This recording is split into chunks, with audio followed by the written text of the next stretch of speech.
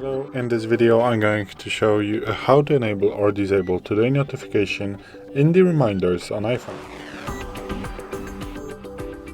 So today in front of me is the iPhone 12 with the iOS 17.5.1, but it really doesn't matter which iPhone you have or which version of the iOS you have, this is all going to work the same on every iPhone. So what you want to do is to open settings, then you want to swipe down and tap on reminders. Once you are here, you want to go to the section called older reminders, and here you can adjust the today notification, whether you want to have it just like now, so when it's green, or don't want to have it when it's gray.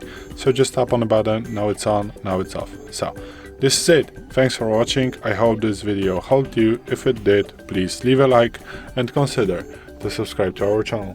Bye.